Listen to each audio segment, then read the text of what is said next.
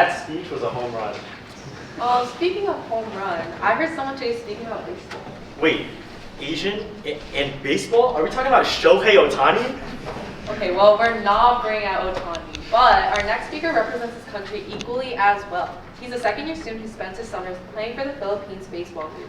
He grew up as the only Asian baseball player in his community and struggled finding a home within the sport. After getting cut in high school, he thought his career was over until he found an opportunity with Philippines baseball. Though he is not on the Division I roster, he continues to pursue his dream of representing his country in international tournaments, and tonight he'll share his journey of being unable to play in high school to play for a whole country. Please join me in welcoming Jordan Silva.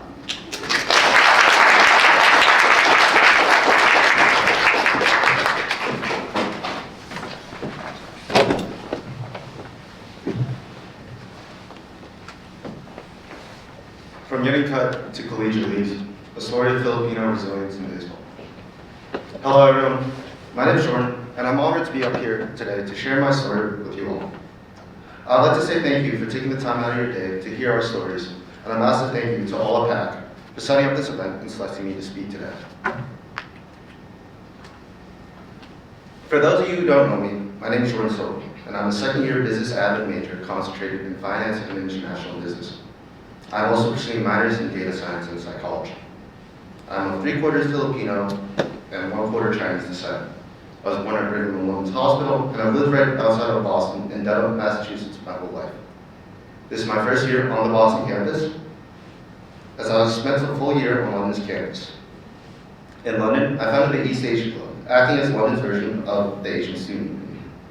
I'm an active member in Barcada, CSA, and ASU. Outside of the PAACx orgs, I'm part of the ministry team during weekly masses at the Friendly Center. I plan Club Esports as a member of Team White and Marble Rivals, and plan to be involved with downhillers once the snow starts falling. I'm not currently a part of club baseball, but I plan on joining the team once roster spots open up for my position. Now that we have all the formalities out of the way, I'd like to start my discussion by sharing a little about Filipino culture. I understand Filipinos and Filipino culture to embody hard work, determination, and perseverance through adversity. This mindset of hard work and determination can be described with the Tagalog word laban, which means to fight. This phrase has been in headlines recently, with the recent flooding in the Philippines due to corruption. For those who don't know, the Philippines has made global headlines as intense flooding has wiped out multiple communities. It was revealed that these floods could have been completely prevented, but corrupt politicians were exposed for pocketing the cash. Instead of letting the flood take control, many Filipinos continued their lives through the flood, in which photos like these went viral. This mindset embodies the Filipino people well, as we continue to work through anything in our way. Even though the people have suffered, time and time again, the Filipino people work hard no matter the circumstance. The word sums up how hard the Filipino people will work for the life they have always wanted, and to provide for their families. My parents embodied this finding mindset by choosing to chase the American dream. My mom was a student at St. Louis University in the Philippines and got accepted to join a nursing program, which would locate her in the United States. My dad had finished his degree at the University of Santo Tomas and was selected via lottery to come to the United States, following the path of his eldest brother. Crossing paths in Boston, they realized they both had a common goal in mind: to help provide their families back home and to start their own family here. Although the immigration process would be difficult, my parents have worked hard not only to provide for their families back home, but also to give their children a life they could only dream of. They worked relentlessly to support themselves in the city of Boston as a young immigrant couple with no family to support them. After getting themselves together, they bought their first house together in Dedham, where we live today, and they had 2 sons. I was born 8 years after my brother Christian. Naturally, he's my best friend and continues to be my role model in life. With the bigger age gap between us, my brother was also able to set an example of success for me to follow. Whatever he did in life, I aspire to do and do even better. I like to say that my goals in life are to be a more successful, handsome, and athletic version of Christian. I'm already 2/3 of the way there, so hopefully I can get a good co-op and finish off the bucket list. But in all seriousness, my brother has meant everything to me, and despite how old he is, I continue to learn from him every day. Though I like to follow my brother, as we got older, we noticed we do have our differences. He is more athletically gifted, while I'm more academically gifted. He's more of an adventurous person, while I spend more time at home. He's more reserved, while I'm way more sociable. He went to UMass Amherst, while I currently attend Northeastern. The biggest difference between us, though, lies within baseball. As he quit, the first opportunity he got turned down, whilst I continued. Growing up, I wanted to do well in both baseball and academics. My parents had primarily focused on education, but allowed us to pursue baseball if the finances allowed. From a young age, my brother and I were both sent to a private school, where we were pushed to do well academically. In private school, we were a minority, but had an easy time making friends due to the small class sizes. To balance the finances of a private education, we only played in Dedham Little League, where team fees were cheap. Though we weren't star baseball players, we had a lot of fun, especially since we were different, because almost everybody there had attended a public school. Though we had fun playing baseball, it felt different to us, as we were the only Asians who played in Dedham. Although we bonded with teammates, it was hard for us to associate with other families, as we were just simply different. We did not have the tight bonds and friendships that some other families did, and that sometimes made us feel left out. I had little concern though, as after my Little League days ended, I would play high school ball. After middle school, we were both accepted into Savarian Brothers High School, an academically and athletically proven school. Here you can see where Savarian is ranked nationally as the top private school for athletes. I entered Savarian in the 7th grade, and I had great expectations for myself to perform academically and athletically, and to potentially pursue both football and basketball as well. Well, it turned out that the expectations I set for myself were extremely far out of reach, as I was walking into different beats. Every athlete was bigger, stronger, and had years of coaching from playing club sports as a kid. Then there was I, a kid who was on the smarter side and had never been on a club team. I figured that I would be able to compete at a higher level once I grew into my body during puberty and fill out more of an athletic frame. I was also still performing well academically, so I was confident that if baseball did not work out, I could pursue a good school. These ambitions were quickly thwarted by COVID, which brought my whole world to a complete standstill. From an ill mother who had gotten sick on the front lines of the virus, to my struggling father who was worried if he was going to have a job tomorrow, my world had completely collapsed. On top of that, my brother Christian was stuck at UMass due to the virus, so I was unable to bond with my brother during his final year of undergraduate.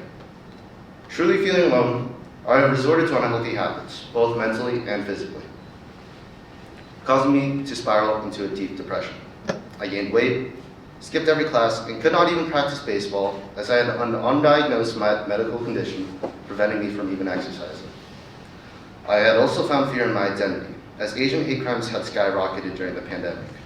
I noticed that within school, I had trouble being myself, as I was constantly being kicked on as well.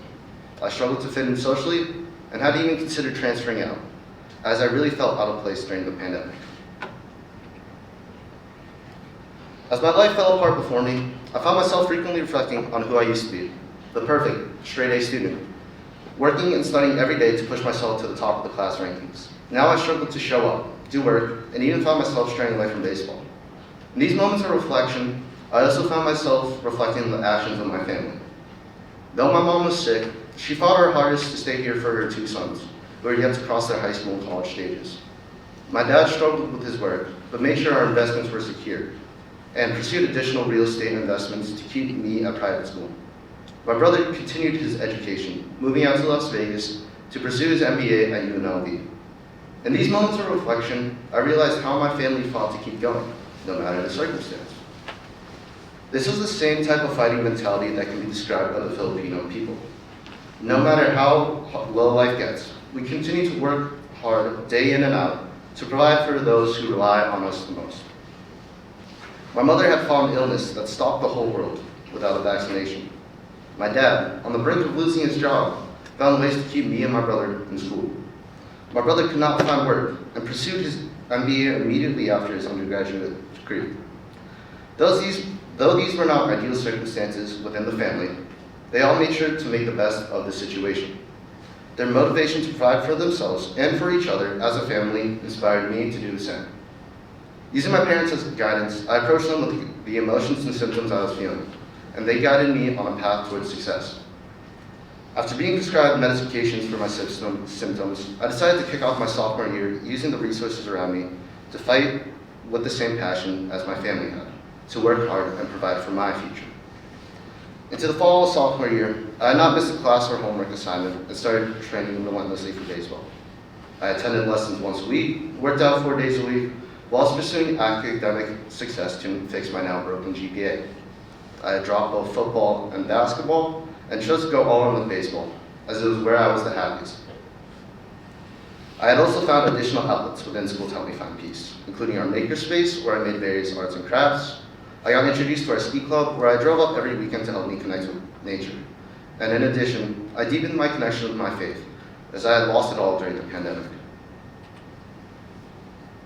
With my grades improving and my mental health at a new high, I woke up early the week of tryouts to show my best on the diamond and how much work I had put in.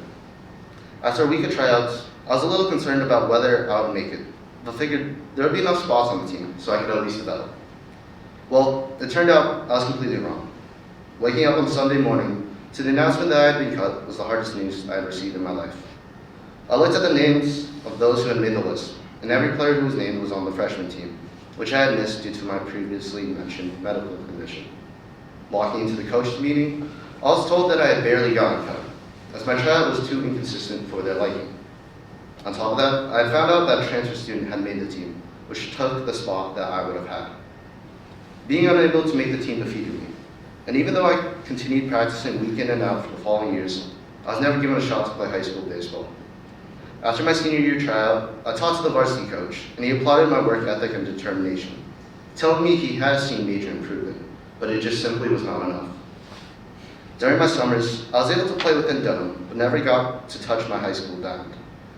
After my senior year spring, I figured I was just going to play club in college or hang up my cleats. As graduation approached, I was content with the idea that my career was ending and pursued my love for the game by watching baseball on TV and social media. It was here through my feed where I learned about the Philippines Baseball Group, an organization based out of Los Angeles dedicated to growing Filipino American baseball talent. If players are good enough, they can be chosen to represent the Philippines men's national team. As someone who had always loved my culture, I sent a direct message to their social media to learn how I could be involved. I got a response back from one of the coaches, Christopher Murphy, who shared his story about his background in baseball and how he pursues his love for the game with his coaching. I wanted to get involved any way I could and found out that PBG was looking for players like me, who were spread throughout the country and were the only Filipino players on their teams. Before I knew it, he had selected me to join his team in PBG's All-Filipino Showcase Tournament, appropriately named the Filipino World Series, where I represented a team of players from all over the country. This included teammates from Maryland, Texas, Nevada, Washington, and even a player from Manila. Though I had not taken the trophy home, I was able to bring home something way more valuable, a family. This was the first time I shared the field with another Filipino, and now I was sharing it with nearly 200 Filipino baseball players from Northern and Southern California, Hawaii, and Canada. Even though I had already committed to Northeastern for academics, I stayed in touch with the coaches, as I could still possibly represent the national team with my dual citizenship. And this leads me into this summer, where I decided to pack my bags for Los Angeles and spend the next 2 months playing collegiate baseball. Here, I learned more than I would have ever learned in my 4 years of high school baseball. I had a quick wake-up call, where I saw the years of not being on a team catch up to me. In fact, I almost lost our team the first game of the season. I spent every day balancing the weight room, practice, and summer classes. I had made bonds with people from all over the country and look forward to returning next summer to play again. If I improve within PBG, I can play on the team in the California Collegiate League, which is sponsored by Major League Baseball, and play some of the top college competition in the country from SEC schools. Now, a lot of you may be asking, if you're not even good enough to play in high school, or get even recruited to school, why should you even try to play in the summer? The Philippines Baseball Group strives to develop Filipino American talent, as many of us were never given an opportunity. On my team, I had met many players on community college rosters who had not touched the field once. Even if they did play in high school, many of us rode the bench and were not given an opportunity. We also did not have many opportunities to play club baseball growing up, as it has become a pay to play to get noticed at a young age. In PBG, I barely rode the bench and was given an equal opportunity to play, even though I have way less experience compared to my teammates. The coach and staff prioritize player development and giving their athletes opportunities that none of us would have had otherwise. Coaches know that without hard work, their players will never get where they want to be. With this knowledge, our break phrase was chosen to be "Laban," as a reminder for us to fight to get us to where we want to be. I also love being able to wear this jersey, as it is an immense honor to represent my heritage and to bring awareness to the Filipino talent that belongs in baseball. As we look at MLB history, there are very few examples of players of Filipino descent, and PBG wishes to change that. We want the Philippines to look up to players in the sport of baseball and find pride that someone just like them is playing on the biggest stages in the world. Another goal of PBG is to grow the sport of baseball within the Philippines, as it has lost its presence due to lack of funding.